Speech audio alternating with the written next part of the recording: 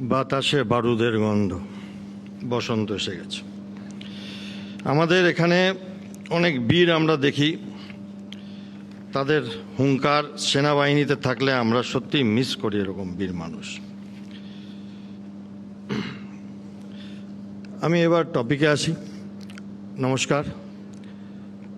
আমি আপনাদের সামনে যেটা বলবো ওপেন সোর্স থেকে নেওয়া আমার ব্যক্তিগত মতামত, এবং কোনোভাবে ভারত সরকারের কোনো উচ্চপদস্থ গোপন সোর্স থেকে আমি কিছু পাইনি, পেলেও আপনাদের জানাতাম না। ফুঁসছে গোটা দেশের মানুষ। কি চায় আম জনতা? আম জনতা একটা বিচার চায়, একটা বদলা চায়, একটু নিরাপত্তা চায়। কিন্তু এখানে একটা দ্বিচারিতাও আছে। কেন বলছি? তারা শুধু এই জল বন্ধ করা বা ভিসা আটকে দেওয়া বা বাণিজ্য বন্ধ করাতে তাদের রাগ আর ক্ষোভ মিটবে না মনে হচ্ছে। তারা একটু রক্তপাত চায়, একটু ভায়োলেন্স চায়। কিন্তু ভায়োলেন্সের অ্যাপেটাইটটা কি সত্যিই আছে? কারণ যুদ্ধে যদি জয়ও হয় তার সাথে সাথে কিছু নেতিবাচক দিকও থাকে। জিনিসপত্রের দাম বাড়তে পারে, শেয়ার মার্কেটে ধস নামতে পারে, রাজস্ব বাড়তে পারে। আমাদের বেশিরভাগ মানুষ যারা এখন যুদ্ধ করে যাচ্ছে, তাদের মধ্যে সবাই চায় যুদ্ধটা টিভির পর্দার সামনে বসে দেখব এবং একেবারে নিজের দৈনন্দিন জীবনের একটু ব্যাঘাত না ঘটিয়ে যুদ্ধ জয়ের স্বাদ অনুভব করব। This is a very tall order. আমি জানি না প্রধানমন্ত্রী এটা জানেন কিনা। এবার আসি যে পলিটিক্যাল পার্টি যারা আছে তারা কি চায়।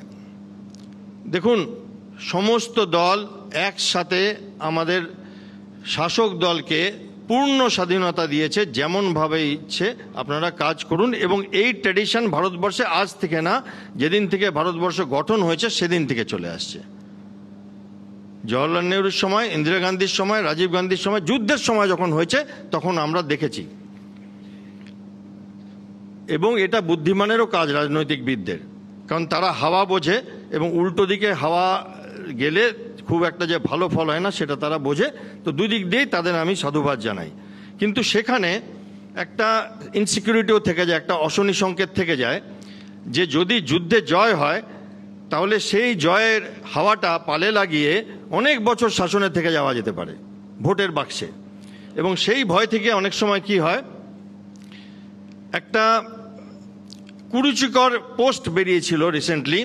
অনেক ধন্যবাদ কংগ্রেসের সর্বেসর্বা যিনি আছেন, তিনি দেখিয়ে দিয়েছেন যে রাজনীতি তিনি ভালো বোঝেন এবং রাশ শক্ত করে ধরে পোস্টটাকে ডিলিট করিয়েছেন। এইবার আসি যে ইতিহাস কি বলছে।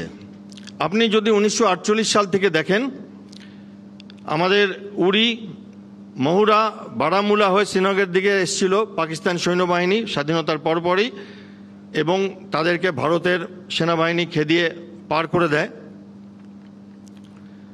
এবং সেই যুদ্ধের পরে আবার কিছুদিন পরে 1965 একই ঘটনার পুনরাবৃত্তি, 1971 একই ঘটনার পুনরাবৃত্তি, এবং তারপরে প্রক্সি ওয়ার, যেটাকে আমরা ছায়াযুদ্ধ বলে জানি, এবং কার্গিল যুদ্ধ, এবং সব এখনও সেই ছায়াযুদ্ধ চলে যাচ্ছে।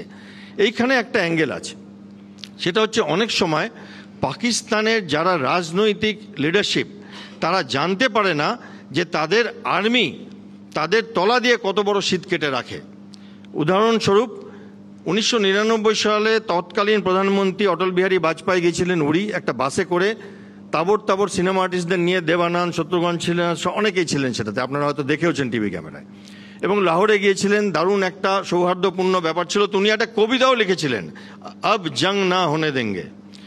এবং যখন উনি এই ব্যাপারগুলো করছেন সেটা হচ্ছে ফেব্রুয়ারি মাস, আর মে মাসে আমরা কার্গিল লড়াই করি। আমি নিজে ছিলাম সেই যুদ্ধে। এবং এই সময় পারভেজ মুশারফ কিন্তু ওই কার্গিলের হাইটসগুলো অকুপাই করছিলেন। ফলে প্রাইম মিনিস্টার নওয়াজ শরীফ জানতেন না। উনি একটা ইন্টারভিউতে পরে বলেছিলেন আমি জানতাম না, স্বীকার করেছিলেন যে আমি সামাল দিচ্ছিলাম পরে যখন ব্যাপারটা ঘেটে যায়। তো এইটা এদের বারবার হয়ে এসছে। আপনি যদি দেখেন আমাদের এখনকার অধুনা প্রাইম মিনিস্টার নরেন্দ্র মোদী, উনি 2015 সালে হট করে লাহোর পৌঁছে যান নওয়াজ শরীফের জন্মদিনে, বিনা কোনো রকমের মানে সেরকম প্রি প্রোগ্রাম, এবং ওখানে একটা সৌহার্দ্যপূর্ণ বার্তা ছিল। কিন্তু তারপরেই 2016 সালে আমাদের অ্যাটাকটা হয়। তো এই ট্র্যাডিশনটাতে এবার যেটা ছক ছিল সেটা আমি বলছি, মানে যেটুকুনি আমি আমার বুদ্ধিতে বুঝেছি, পাকিস্তানের আর্মি চিফ একটা নতুন ছক তৈরি করে। কারণ জেনারেলি আর্মি চিফ, আইএসআই এরা এই ছকগুলো বানায়, কারণ এরা থাকতে পারবে না এগুলো না করে। এরা শান্তি চায় না, এদের ভারত বিদ্বেষ এত বেশি, অপমানের গ্লানি 71-এর এত বেশি যে এরা থাকতে পারে না। এটা আপনাদের বুঝতে হবে মানসিকতা। এবং সেখান থেকে তারা কি করে যে একটা অত্যন্ত উগ্র মৌলবাদী স্পিচ দেয় পাকিস্তানের আর্মি চিফ, এবং তারপরে আমরা দেখি পহেলগাঁওতে সেমভাবে একটা পদ্ধতি করে হিন্দুদের বেছে বেছে মারা হয়। এবং তারপরে লন্ডনের পাকিস্তানের হাই কমিশনার থেকে অত্যন্ত কুৎসিত অঙ্গভঙ্গি প্রদর্শন করায়। এবং 2 দিন আগে দেখছিলাম এটাও বলা হচ্ছিল যে পাকিস্তান আর্মি বাবরি মসজিদে এসে নামাজ পড়বে বা এরকম কিছু। তো এই যে রিলিজিয়ান অ্যাঙ্গেলটা এটা পাকিস্তান থেকে ঢোকানো হয়েছে, তার একমাত্র কারণ হলো যে তারা চাইছিল যে আমাদের দেশে যে 20 কোটির ওপর মুসলমান থাকেন, তারা আমাদের এই যেহেতু হিন্দু মেজরিটি, একটা ভীষণভাবে একটা রোষ তাদের উপর পড়ে। কিন্তু সেখানে দেখা গেল কিছুই হয়নি। আমাদের দেশের মুসলমান, হিন্দু, খ্রিস্টান, বুদ্ধিস্ট, শিখ সবাই মিলে রাস্তায় নেমে পড়েছে, পাকিস্তানকে ধিক্কার জানাচ্ছে। এবং সেইটাতে তাদের এটা ব্যাকফায়ার হয়ে গেছে আসলে। এবং তাদের দেশের নিজের লোকেরাও এক তো যুদ্ধের আতঙ্ক, এবং দ্বিতীয় হচ্ছে জল বন্ধ হওয়ার আশঙ্কা, এবং আরও অনেক কিছু ঝামেলার মধ্যে পড়ে যাওয়ার মূল্যস্ফীতি, এই সমস্ত জন্য তারা এখন পাকিস্তান আর্মিকে দায়ী করছে। পাকিস্তান আর্মির মধ্যেও একটা আড়াআড়ি বিভাজন হয়ে গেছে। তাদের কিছু আর্মি অফিসার সোজাসুজি এসে যিনি আর্মি চিফ তাকে দায়ী করছেন। এবং পাকিস্তান আর্মিতে নাকি শুনছি যে রেজিগনেশন বেড়ে গেছে। এবং আপনারা দেখতে পাচ্ছেন যে রাত জেগে জেগে তারা দিন কাটাচ্ছে, মাঝরাতে প্রেস কনফারেন্স করছে, রাত্রি 2টোর সময় ন্যাশনাল সিকিউরিটি অ্যাডভাইজার বদলি হয়ে যাচ্ছে। এবং পাকিস্তানের অনেক জায়গায় গ্রাম যেগুলো মিলিটারি পোস্টের কাছাকাছি আছে সেখান থেকে গ্রাম দূরে সরে যাচ্ছে যে ভারতীয় সেনাবাহিনীর অ্যাটাক আসবে। তো এই স্ট্র্যাটেজিটা এদের ব্যাকফায়ার হয়ে গেছে, যেহেতু আমাদের দেশে এখনও আমাদের পশ্চিমবঙ্গের লোকেরা যাই বলুক, যথেষ্ট পরিমাণে সৌহার্দ্যপূর্ণ একসাথে থাকার ব্যবস্থাটা চলে আসছে। আমার নিজের regiment Jammu Kashmir light infantry, এবং আমার 50% মুসলমান সৈন্য, এবং বহু যুদ্ধে আমরা পারফরমেন্স দেখিয়েছি ভারতবর্ষকে, এবং এটা আমাদের ট্র্যাডিশন। হিন্দু মুসলিম একসাথে ভারতবর্ষে থাকে, সেই পাঠ আমি আজকালকার ছেলে ছোকরাদের থেকে শিখব না। এইবার আসি, এবার একটা পাল্টা আঘাত চাই। আজকের সাবজেক্ট যুদ্ধ, জানেন তো একটা বিগ লেভেলার। ধনী থেকে দরিদ্র মানুষ, শিক্ষিত মানুষ থেকে অশিক্ষিত মানুষ, হাটে মাঠে বাজারে এবং অভিজাত ড্রয়িং রুমে যেখানে যাই, মানুষের একটাই প্রশ্ন, দাদা যুদ্ধ লাগবে কি হবে, কবে হবে? তো আমি আমার মতো করে এই ব্যাপারগুলো নিয়ে একটু বলতে চাইব। প্রথম কথা হচ্ছে যে কবে হবে, ইতিহাস কি বলছে। আপনি দেখুন, প্রথম উড়ি আসে এবং তারপরে আমরা একটা সার্জিক্যাল স্ট্রাইক করি 28শে সেপ্টেম্বর, এবং ঘটনাটা ঘটেছিল 18ই সেপ্টেম্বর। 10 দিন সময় লাগে। 28শে সেপ্টেম্বর দিনটা আমার মনে আছে, কারণ সুমন সেই দিন প্রথম আমি আপনাদের টিভি ক্যামেরায় আসি, এবং সার্জিক্যাল স্ট্রাইক নিয়ে একটু এক্সপিরিয়েন্স ছিল বলে জীবনে আপনি আমায় সুযোগ দিয়েছিলেন, এবং সেদিন আপনার ঘন্টা 3 হয়েছিল আমার মনে আছে, ওই জন্য দিনটা ভুলিনি। আচ্ছা, তো 10 দিন লেগেছিল উড়ি। এবার আসুন আপনি পুলওয়ামার পরে 12 দিন লেগেছিল এয়ারফোর্সে স্ট্রাইক করতে। আপনি আসুন আমেরিকা, টুইন টাওয়ার, তারপরে আমেরিকা অফ এন্ডিউরিং ফ্রিডম বলে একটা অপারেশন লঞ্চ করে, 25 দিন সময় নিয়েছিল। এবার আসুন আপনি আমাদের ইসরায়েল হামাসের অ্যাটাকের পরে ইসরায়েল 20 দিন সময় নেয়। এবার মোদ্দা কথাটা কি? মোদ্দা কথা আমি যেটা বলতে চাইছি যে এত হুড়োহুড়ি করে কিছু না করা হোক যাতে কোনো ভুল ত্রুটি হয়ে যায়, এটা যুদ্ধ, এটা কোনো ছেলে খেলা না।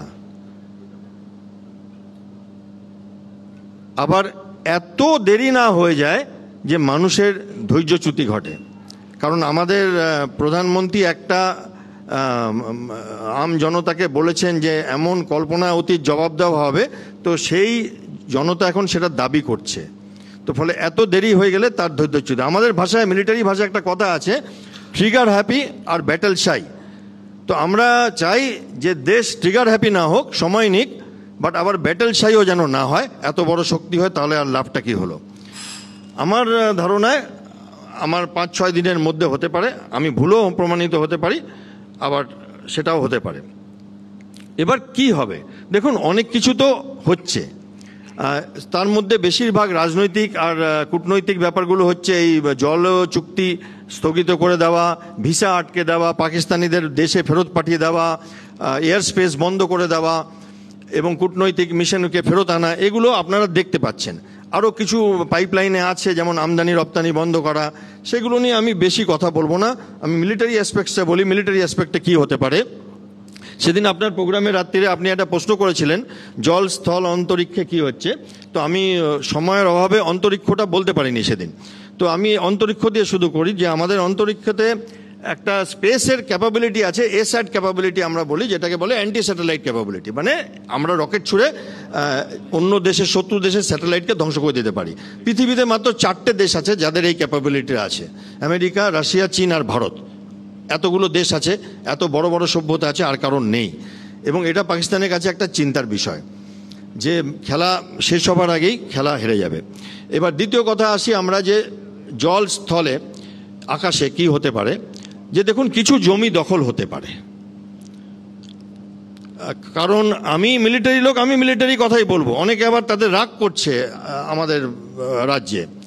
আমি এখন কি বলবো বলুন তো? আমার কাছে কিন্তু রচনা অনেকগুলো আছে, আমি কয়লা নিয়ে বলতে পারি, গরু নিয়ে বলতে পারি, বাট আমি চাই যে আমাকে যেটা আমাদের সঞ্চালক বলেছেন সেটা নিয়ে বলবো। তো সেই জন্য আমি টপিকে আছি, বাট যদি আপনারা উস্কান তাহলে আমি টপিক চেঞ্জ করে দেবো। এবার আসি যে ক্যাপচার হতে পারে জমি, পিওকের জমি ক্যাপচার হতে পারে, বাট ডিপ পাকিস্তানের কোনো জমি আমার মনে হয় না ইনফ্যান্ট্রি যুদ্ধে জড়াবে। কিছু কিছু আমরা শুনতে পাচ্ছি বর্ডার পোস্ট খালি করে পাকিস্তানের লোকেরা চলে গেছে, ভয়, ভালো কথা। এবার আমাদের যে অস্ত্র আছে তার মধ্যে যেগুলো আমাদের হাই ট্র্যাজেক্টরি ওয়েপেন, মানে আর্টিলারির কামান, এটা 30-40 কিলোমিটার রেঞ্জ হয়, সেগুলো ফায়ার করে টেররিস্ট ইনফ্রাস্ট্রাকচার এবং আর্মি ইনফ্রাস্ট্রাকচার ডিস্ট্রাকশন হতে পারে। এবং উঁচু এয়ারফোর্স আর মিসাইল আছে, সেগুলোও ব্যবহার হতে পারে। আরও দূরের জন্য 100-150 কিলোমিটার পাকিস্তানের কোনো জায়গা আমাদের মিসাইল সিস্টেমের বাইরে নেই।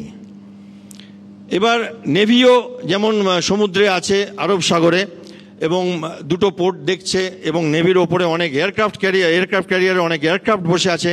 তাদের ফ্লাইং টাইম সেদিন আমি বলেছিলাম 1-1.5 মিনিট লাগবে, এবং পাকিস্তানের যে কোনো জায়গায় পৌঁছে যেতে সেটা তারা জানে, এবং তাদের আমরা দেখছি যে ক্ষেপণাস্ত্র ছুটছে। বাট এক্স্যাক্টলি কী হবে জানি না। একটা ছোট্ট আইডিয়া দিচ্ছি, পাকিস্তানের 8,000 কিলোমিটার মতো মানে বর্ডার আছে, 7,000 প্লাস 1,000 কোস্ট লাইন।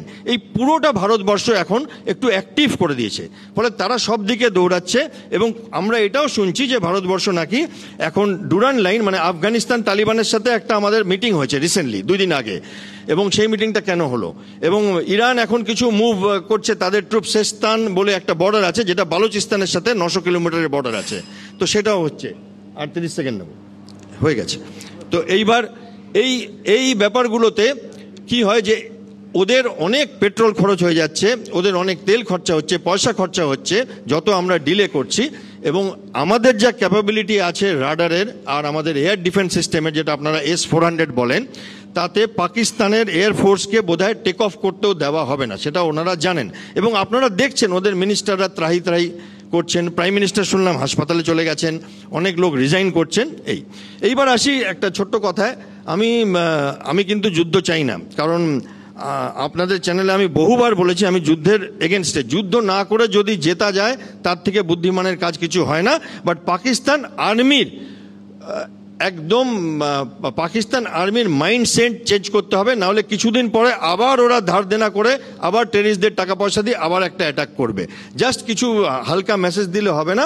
এই জায়গাটাতে আমার মনে হয় যদি সিন্ধ, বাল্টিস্তান, গিলগিট, তারপরে আপনার বালুচিস্তান এগুলোকে আলাদা আলাদা করা যায় তাহলে যুদ্ধ না করেও জেতা যায়। বাট আম জনতা তো যুদ্ধ চাইছে। আর আরেকটা ব্যাপার, যুদ্ধতে এই যে ভারত পাকিস্তান আজকে যুদ্ধ করছে, এতে কিন্তু কিছু দেশ মুনাফা লোটবার জন্য তৈরি হয়েছে যারা যুদ্ধ সামগ্রী বিক্রি করে। অলরেডি ফ্রান্স একটা বড় অর্ডার পেয়েছে ভারত থেকে। আপনাকে লিখে দিচ্ছি, পাকিস্তান চীনকে একটা বড় অর্ডার দেবে, আমরা রাশিয়াকে দেব, আমেরিকাকে দেব, এবং সমস্ত ব্যবসাদাররা দোকান খুলে লেলে বাবু চারানা করে বসে যাবে। সিঙ্গাপুর, মালয়েশিয়া, আপনার ইন্দোনেশিয়া, ফিলিপিন্স, যতগুলো দেশ আছে যারা চীনকে ভয় পাচ্ছে বা অন্য কোনো দেশকে ভয় পাচ্ছে, রাশিয়াকে ভয় পাচ্ছে, তারা কেনাকাটা শুরু করে দেবে এবং একটা বিরাট বাজার খুলে যাবে। তো এই যুদ্ধ থেকে আশা করি আমরা ভালোভাবে বেরিয়ে আসতে পারবো। আমার নিজের ব্যক্তিগত অভিজ্ঞতা, আমার পরিবারের অভিজ্ঞতা যুদ্ধের একটু সুখদার নয়, তাই জন্য আমি চাই না। যদি প্রাইম মিনিস্টার আমাদের দেশের মানুষকে খুশি করতে পারেন যুদ্ধ করে বা না করে, অতি আনন্দের কথা। এবং সৈনিক হিসাবে আমার শেষ কথা, অনেকে দেখছি টিভি চ্যানেলে বলছেন যে পাকিস্তান মশা মাছি, না, একেবারে না। আমি তাদের সৈন্যদের দেখেছি, এলওসিতে তাদের সাথে কাজ করেছি, তারা যথেষ্ট দক্ষ। তাদের অফিসারদের সাথে আমি দেশে বিদেশের মাটিতে বহুবার কথা বলেছি, তারা কেউ অপদার্থ না। তাদের কাছে সাজ সরঞ্জাম ভালো আছে, ভালো যুদ্ধ জাহাজ আছে, কিছু কুচক্রী দেশ তাদের সাহায্য দিচ্ছে। ফলে যে সত্যিকারের সৈনিক হয় সে কোনো দিন তাদেরকে লাইটলি নেবেন না, আন্ডার এস্টিমেট করবেন না, কারণ তাহলে আমাদের পশ্চাতে হবে। কারণ একটা যদি আমরা আঘাত করি তাহলে কিন্তু প্রত্যাঘাতের জন্য মানসিকভাবে সেই দেশকে তৈরি থাকা দরকার। ধন্যবাদ।